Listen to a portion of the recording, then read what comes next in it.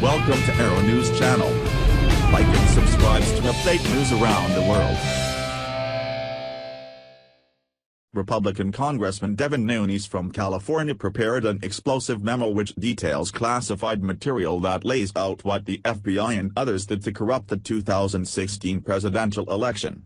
The memo also describes the steps they have taken to overthrow President Donald Trump. The memo, if leaked in full, could indicate criminal activity and send people scrambling for lawyers. According to Republican Congressman Dave Joyce from Ohio, the memo was deeply disturbing and downright terrifying.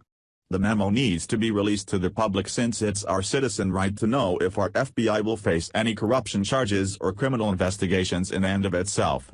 That is not how people hoped their tax dollars would be spent, but it's something that may have to be done to restore transparency in one portion of our American system.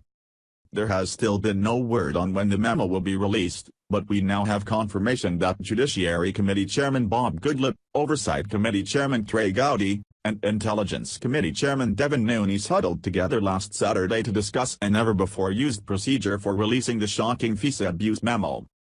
Members of Congress from both sides of the political aisles are specialists at showboating and creating an outright circus while never accomplishing their goals.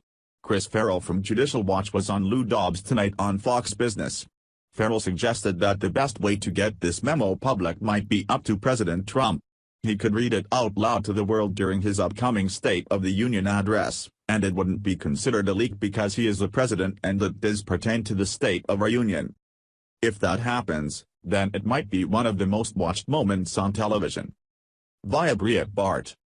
Representative Paul Gosar on Hash released the memo, Obama's weaponization of DOJ and intelligence services links to Fast and Furious, IRS, and Benghazi scandal. If you don't think the unmasking has something to do with the weaponization of our Department of Justice and our intelligence services, think again, said Representative Paul Gosar, RS, suggesting that the Obama administration had weaponized the executive branch in pursuit of partisan political purposes. Gosar's remarks came in a SiriusXM Breitbart News Tonight interview with Breitbart News' senior editors-at-large Rebecca Manser and Joel Pollack. Drawing on a classified 4-page memo composed by Representative Devin Nunes, RCA, who chairs the House Permanent Select Committee on Intelligence, for his claims, Gosar described abuse of executive power as a pattern across the Obama administration. Gosar linked the following Obama-era operations and events as illustrative of a pattern of partisan weaponization of the executive branch: Fast and Furious, the handling of and response to the September 11, 2012, Islamic terrorist attack on the diplomatic compound in Benghazi, Libya, the IRS's targeting of dissident charities and non-profits, and the surveillance of persons connected to Donald Trump's presidential campaign. Partial transcript below. Manser, I want to pivot really quickly to this infamous hash release the memo hashtag about the memo that the House Intelligence Committee Chairman wrote about, explaining what was going on with the FISA warrants that were issued by the Obama administration. Can you tell us? I know that you've read the memo. It hasn't, obviously, been released to the public. What can you tell us about how this memo came about and what's in it? Gosar, well, this memo is a summary of emails and traffic that has been picked up by the intelligence and judiciary systems. Some of it is exactly what you may have seen that has been exposed to the sunlight already. Other things may not. But what it basically does is, that, if you don't think that Fast and Furious, if you don't think that Benghazi, for the lack of accountability, if you don't think the IRS, and if you don't think the unmasking has something to do with the weaponization of our Department of Justice and our intelligence services, think again. Manser, wow. Okay. What is the likelihood that this memo would be released by Congressman Nunes? Gosar, in our conference, there is a heated debate about when, not if, and we want it out sooner than later. The American people need to see this. There are other things associated with it because this is just the tip of the iceberg. It names names, and those names, they should be owed their day and country, but if it is what's presented, there are some heads that need to go to jail and not come out for quite some time.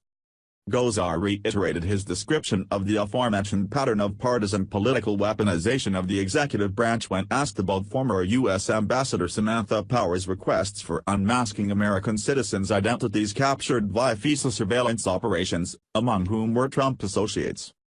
Gosar voted against the FISA Amendments Reauthorization Act, FARA, of 2017 last Thursday, which passed the House and Senate by broadly partisan votes of 256-164 and 65-34, respectively, breaking ranks with much of the GOP.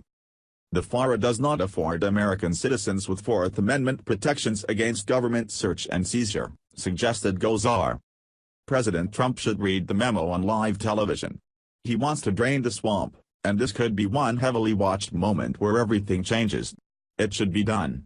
Everyone can watch the political dominoes of corruption fall in place and help restore law, order, and transparency for America. Please share if you want President Trump to release the memo on live television. Please comment with your opinion on the memo.